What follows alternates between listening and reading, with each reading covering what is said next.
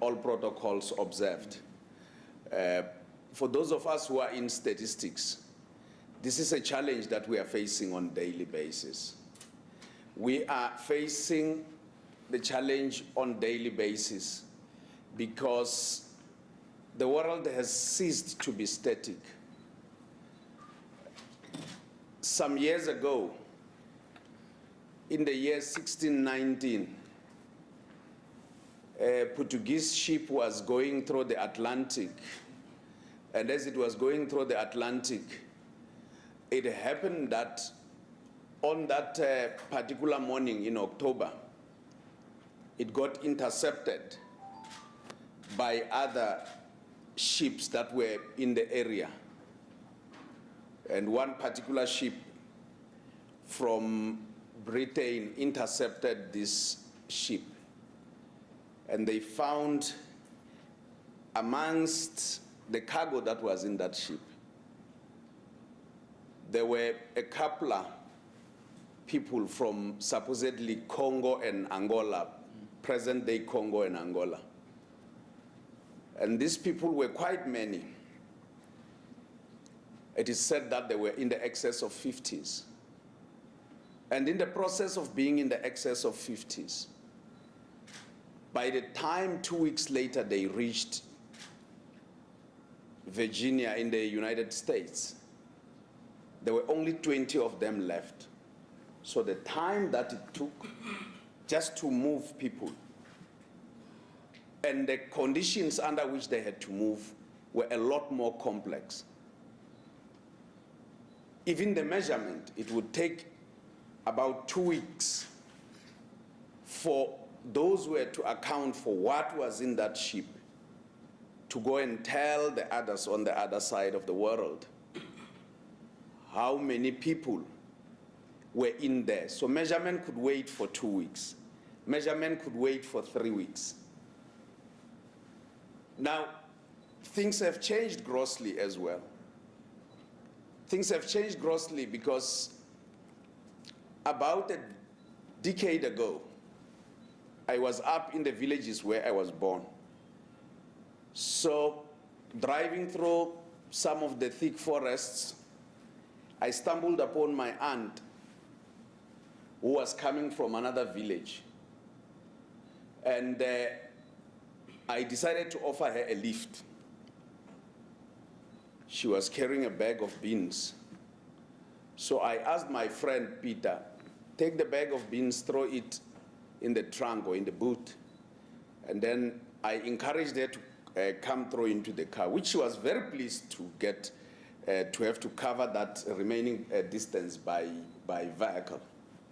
Then she walked right to my window and she said, please move over. So I said, no, I can't move over because this is where the driver sits. That's why you see the steering wheel here. So she says, no, just move over with your steering wheel. Now, the concept of technology to her, it only dawned to me that, and my aunt is about 30 years my senior. And the fact that technology hadn't touched her that much, she hadn't appreciated that you cannot move readily with your steering wheel. It told me something, that only those that actually stay on the same footing with technology will actually be able to conquer it. Now the world is changing, and what changes the world is technology and data. As the game of measurement is globalization. But in the process, let us start with technology and I want to start with technology and knowledge. The game of technology and knowledge, and in Latin, they had a word that premised knowledge. It's ignomus. That is, you must appreciate your ignorance before you can go and gather new knowledge. That is why all science today is premised on the fact that we do not know. Those who claim to know a lot don't go and want to know anything more. So because knowledge is premised on that, and particularly scientific knowledge as well, is premised on the fact that we do not know, so we will go out there and search and establish. It means that knowledge can be challenged. It means that knowledge can be challenged. So is science. So whatever scientific findings we make can be challenged one day. Einstein was one of the brilliant people we have ever met on Earth, if we ever happened to meet him. But even if we didn't meet him in person, we meet him in relation to the work that he has done. So Einstein makes a theory, and he says in 1687, Einstein says to us, if you know the body mass of an object, and you know the direction in which that object is moving, and you can know the forces acting on that object, you can readily determine the future position of that object. Now, this theory held on for a very long time. And in that premise that scientific knowledge can be challenged, just in the last century, quantum physics and relativity emerged. And while they built their base on Einstein's findings, they actually started making serious challenges on Einstein's theory. So the point is, in our case, as statisticians, as leaders in our own right,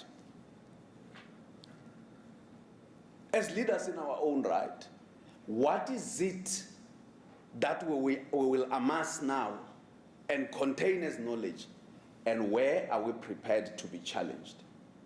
Because to want to think that we are statisticians and then we can deal with any information as we so wish because we are the best statisticians on earth, and not think that we'll be unseated, will not make us hold on steadily to this area of science.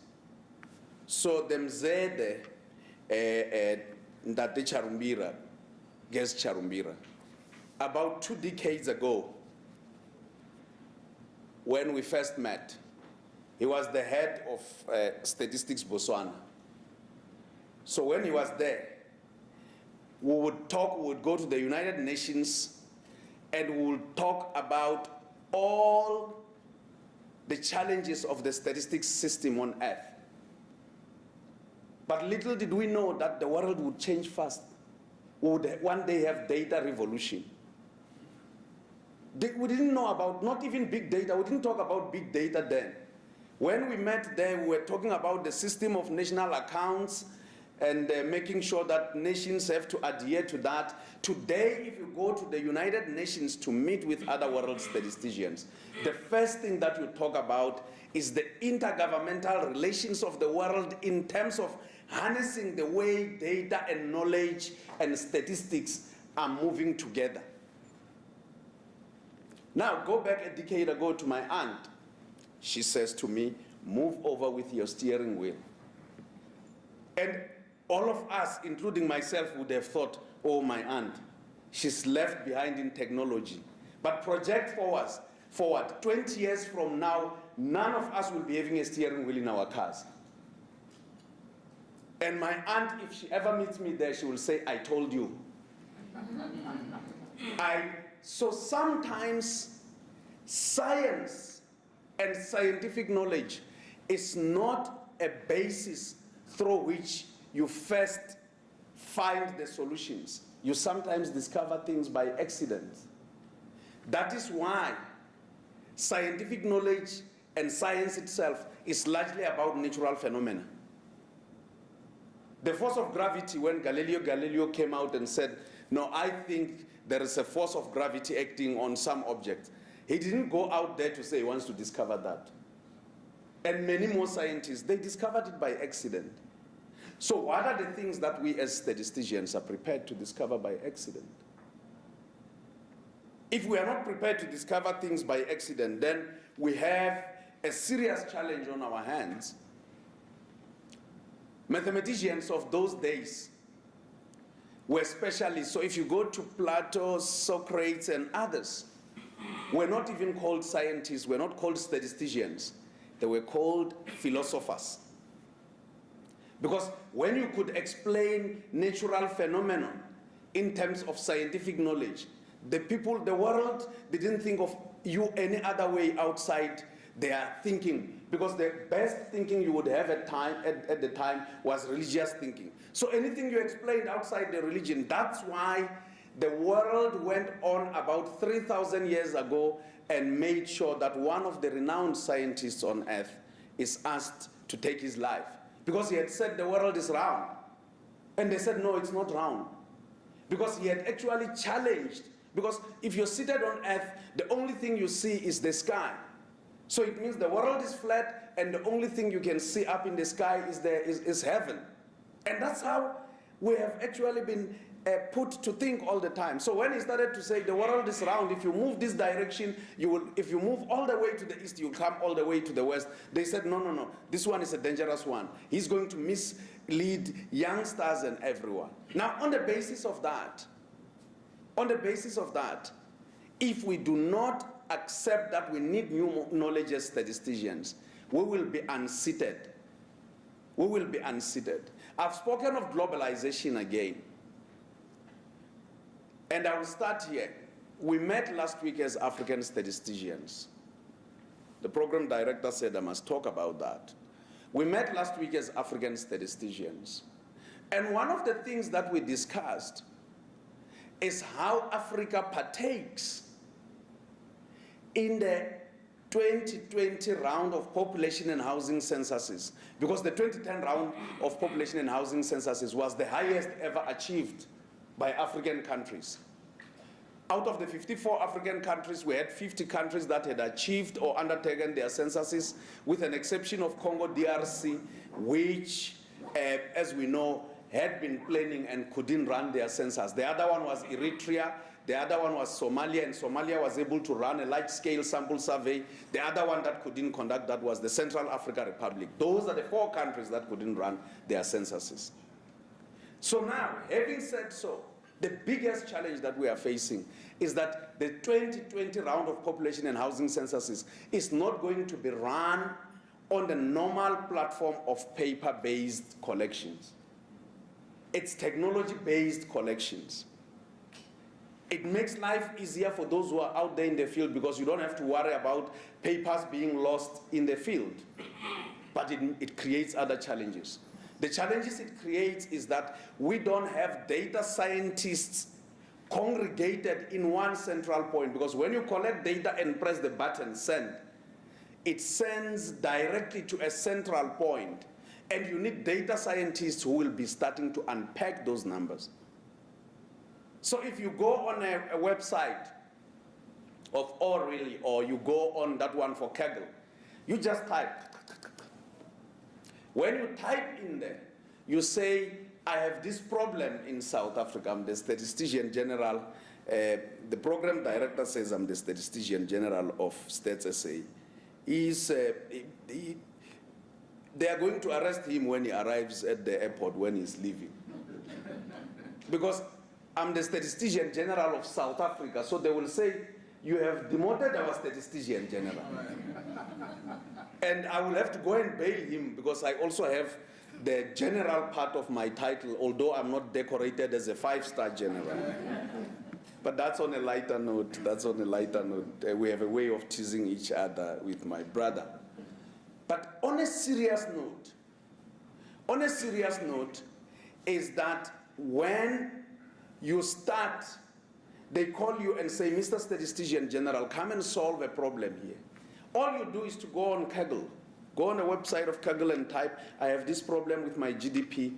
You have 20 data scientists within a second who will come out on your screen. They will tell you that if you want to solve your problem in 30 minutes, it will cost you 5,000 USD. If you want to solve your problem in 3 hours, it will cost you 500 USD. If you want it in 15 minutes, it can cost you up to 50,000 USD. And then you can choose. You can just pick and choose. And then you quickly construct a transaction online, you have an agreement, and in the very few minutes, they drop you an email, and then the next thing you have your solution. The question is, with the way our statistical systems, no matter how independent we call them, and we call them independent, because we say we have the independence, we only have the independence of methods only, which we dearly defend, but we don't have independence of administration and leadership. And because we lack that, there are other players in the name of data scientists that are emerging out there. And because they are emerging out there, we will have a serious problem of being left behind. And when we are left behind, we will not be able to catch up. And if we can't catch up, unlike your Einstein, unlike your Galileo, Socrates, Plato, and them, who have their theories refined, we have no theories of our own to uphold. The only thing we'll be upholding is the United Nations fundamental principles of official statistics. And I can tell you, those fundamental principles are not going to take us anywhere if we do not up our antenna now and be key players. Some of us in our own countries, we already have challenges. We have challenges. In Tanzania, as we are talking, the president of Tanzania had to say that anyone who releases official statistics outside the National Bureau of Statistics will be arrested and will serve a jail term.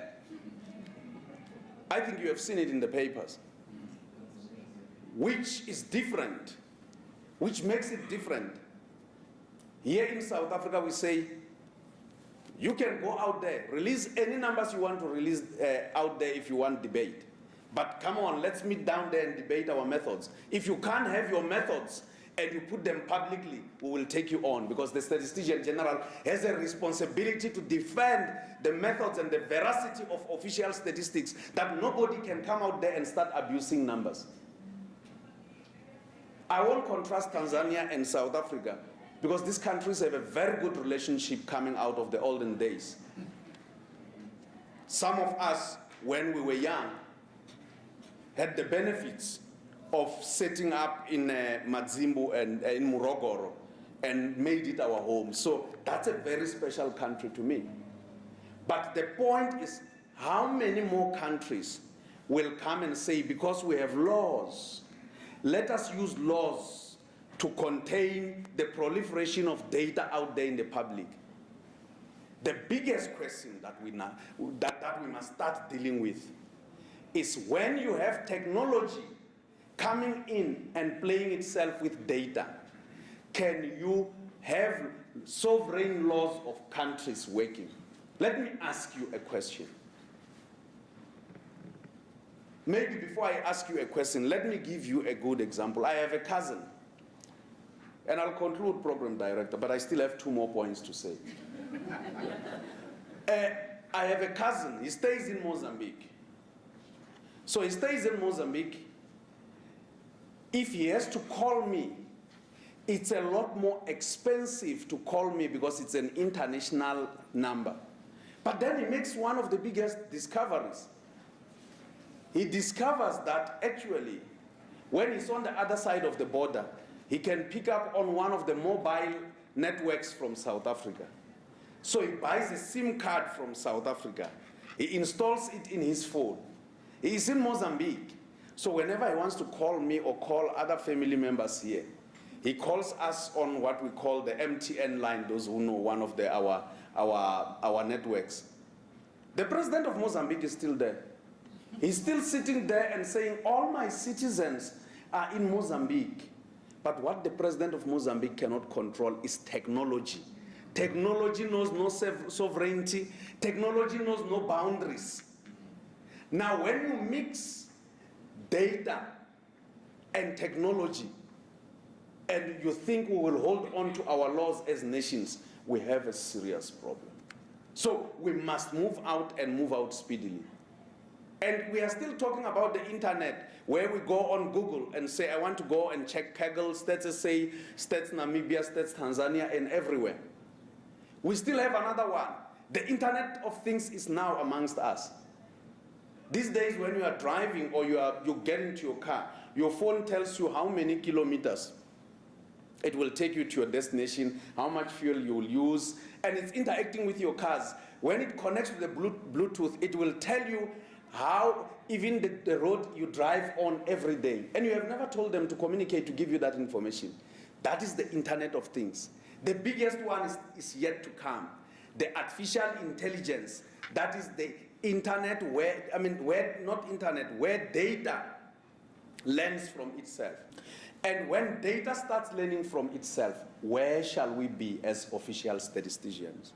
So as we deal with dissemination and we deal with the whole story, we need to start creating a narrative. Our data can no longer come as dry as it is. It must come with stories, what we call data stories. It must relate to the society.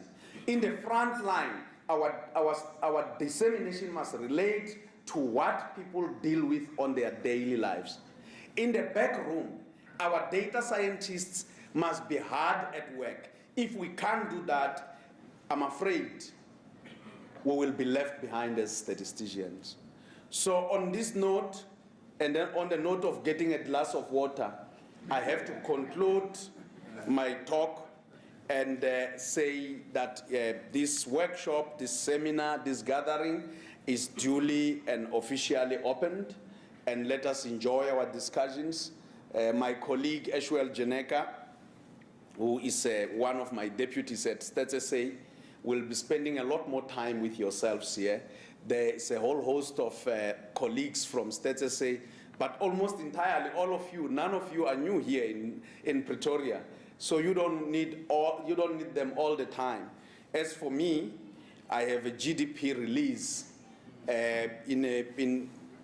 We are starting now at 11. And as we do so, we have a very big media coverage. So we bring media houses, all your major newspapers, all your media, your TV stations, we bring them in one venue and we deal with dissemination. And as we deal with dissemination, one of the things we always say to them is that they help us carry our message to the public. It's not an easy thing.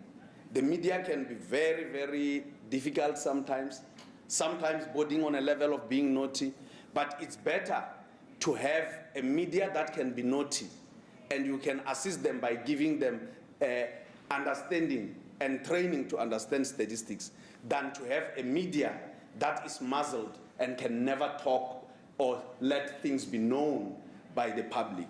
So on this note, I thank you, and I thank you very much, and I will apologize for my colleagues from the African Union and Eurostat, but I will have certainly represented them. I thank you very much.